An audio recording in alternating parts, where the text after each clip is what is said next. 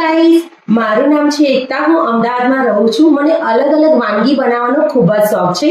મારા દાદી કહેતા હતા કે સવારે કોઈ આપણે વાનગી બનાવી હોય તે વધી રહે અથવા કોઈ વસ્તુ હોય જે બગડતી હોય તેનો ઉપયોગ કરીને નવી વાનગી બનાવીને એનું નામ પાક્કો ગુજરાતી. તો ચાલો આજે આપણે પણ બનાવીએ. જોઈને જ ખાવાની ઈચ્છા થઈ જાય તેવા વધેલા ભાતના પોપ્સિકલ્સ. તેના માટેની સામગ્રી જોઈ લઈએ.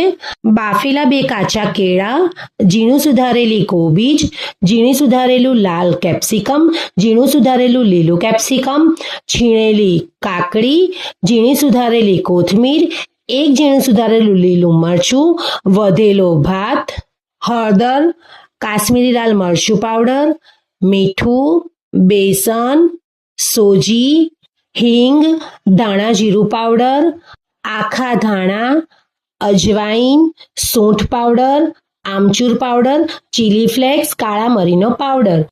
સૌ પ્રથમ આપણે એક મોટા વાસણની અંદર ભાત લઈ લઈશું.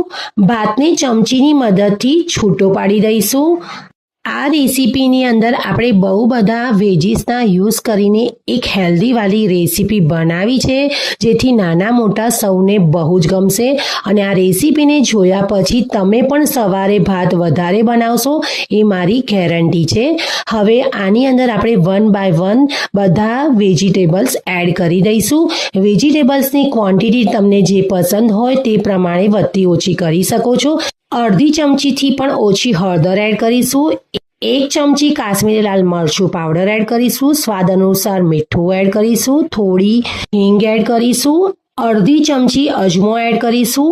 આપણે અહીં વધેલો ભાત છે એનો ઉપયોગ કર્યો છે. હિંગ અને અજવાઈન આપણને ડાયજેશનમાં મદદ કરશે.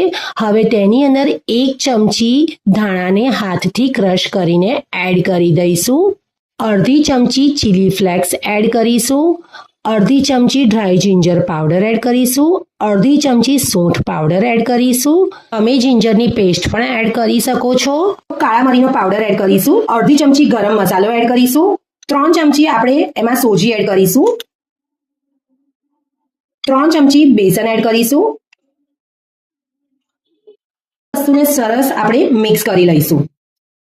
આપણે હાથની મદદથી એકદમ પ્રોપરલી મિક્સ કરી લઈએ. કહેવાય છે કે સ્માર્ટફોન આવી ગયા છે, સ્માર્ટ ટીવી આવી ગયા છે, તેવી રીતે મમ્માઓને પણ એકદમ સ્માર્ટ થવું જરૂરી છે. કારણ કે બચ્ચાઓ સાદી વસ્તુ ખવડાવીએ તો ખાતા નથી, પણ કંઈક અલગ રીતે બનાવીને ખવડાવીએ ને તો બચ્ચાઓ ખાય છે. બીજી બાજુ આપણે તેલને પણ ગરમ કરવા મૂકી દઈશું.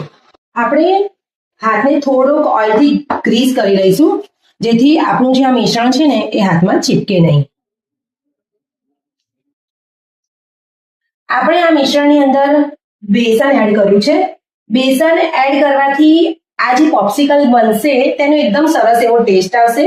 અને આપણે આની અંદર સોજી એડ કરી છે. સોજીથી એકદમ સરસ એવી ક્રિસ્પીનેસ આવશે. વેજીસમાં તમારા બચ્ચાઓને જે પણ વેજીસ ભાવતા હોય તે વેજીસનો તમે અહીં યુઝ કરી શકો છો.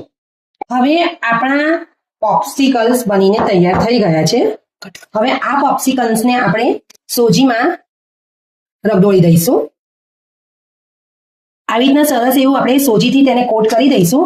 હવે તેની અંદર આપણે આઈસ્ક્રીમ સ્ટીક લગાવી દઈશું. એકદમ ધીમા હાથે સરસ એવી આપણે આઈસ્ક્રીમ સ્ટીકને લગાવી દઈશું. આપણે આવી રીતે બધા જ પોપ્સિકલ્સને તૈયાર કરી લઈશું.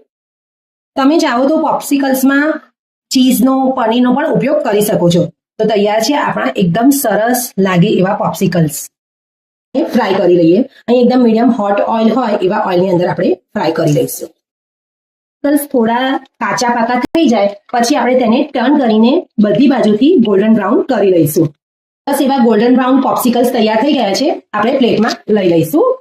એવી રીતે આપણે બીજા પોપ્સિકલ્સને પણ ફ્રાય કરી લઈશું. તો તૈયાર છે આપણા એકદમ ક્રિસ્પી એવા પોપ્સિકલ્સ. ઉપર આપણે થોડો ટોમેટો કેચઅપ એડ કરી દઈશું. તૈયાર છે આપણા લેફ્ટ ઓવર રાઈસના હેલ્ધી પોપ્સિકલ્સ. તો તૈયાર છે આપણા એકદમ સિમ્પલ, સરળ, હેલ્ધી વાળા લેફ્ટ ઓવર રાઈસના પોપ્સિકલ્સ. તો ચાલો આપણા પોપ્સિકલને ટેસ્ટ કરીએ.